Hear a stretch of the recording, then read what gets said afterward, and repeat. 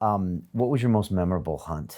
Like, if you can think of one that you like meant the most to you, and what's that hunt like? Like, if you to try to describe it to people, what's it like to be out there, and what makes it interesting to you, and fun and fascinating, and drums up all of this DNA carnal Yeah. stuff? Because hunters admit that they're there for a bunch of reasons, but Yeah. one of them also is to honor the hunt, right? Yeah.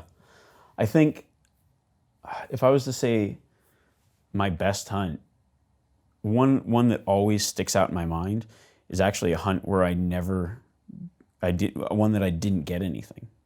It was a bow hunt, and I had seen a deer that was like a very large deer, and I thought, I'm gonna try for that deer, and not that because for me it's not about the kill necessarily.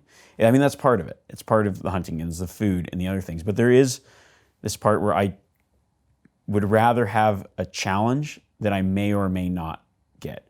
For me, like if it's too easy, like if I were to just drive up and park and an animal walked out, I don't like I've got my pack ready to hike into the wilderness for 5 days.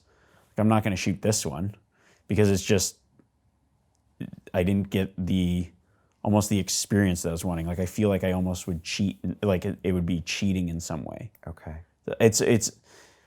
I also like to be out there for as long as I can. So I would rather get something on the last day than the first day, because of the entire experience of hunting, like being out there.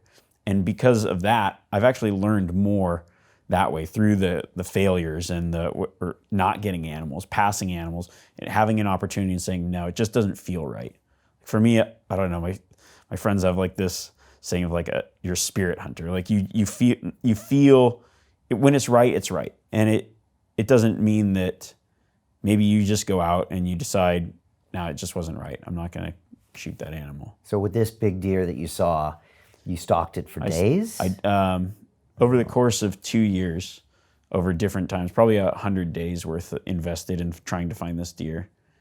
I'd only seen him twice and pretty much never found him again. So you saw him, Yeah, and then you saw him. And you remember what he looks like because he was so big. And yeah, and just thought I would hunt after that deer.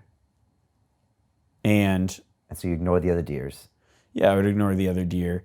And then I ran out of meat, and so I shot like a small deer later on. But I had a surplus of meat at the time and thought, I would obviously take that extra meat and eat it. But I thought, well, I don't know, for some reason I thought I want to try to hunt for this one buck.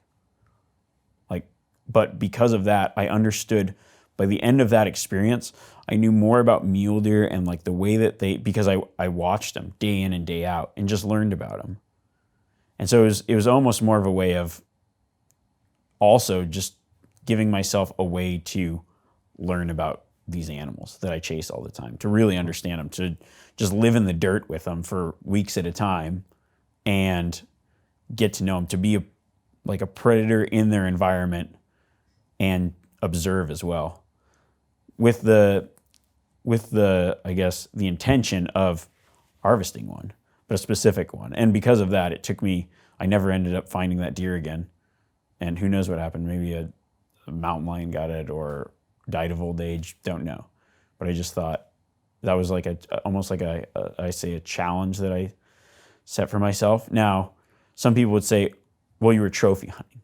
Well, it wasn't about that. It was about the experience of leading up to that point, the learning process, the making something that would probably be near impossible, and then seeing what I learned along the way. Because as it's harder, then you understand, you learn more about the environment and the things that are in there, because you have to keep pushing. You have to gives you a goal to get out there every day and hunt as hard as you can and not just take it easy.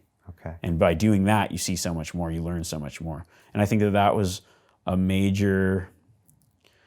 one of the major learning points, or I would say one of the major teaching moments in my life, of just pushing yourself in, because you learn so much more. If you just take the easy road, then you don't really learn anything.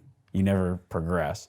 And because of that, I feel like I gained a lot more respect for a lot of the animals that I hunted, but also just a lot more skill as a hunter, Okay. like a better woodsman, a better in the mountains and understanding everything that was around me. I mean, they say fighters, they learn more from a loss than Yeah. a win, even though they'd rather have the win. Is it still hard to go home without anything? It is and it isn't, because it's part of it. It happens. You think, well, the goal was to go out and be successful, to harvest an animal. But the entire, like, when you shoot an animal, that's one very small split second of an entire possibly week or more in the mountains. You know, you're just going to write off that entire Right. week because you weren't successful. I mean, that is the end goal. But, you know, like I said, with certain species or places or whatever, it might be easier said than done. You might have more going home empty than going home with something.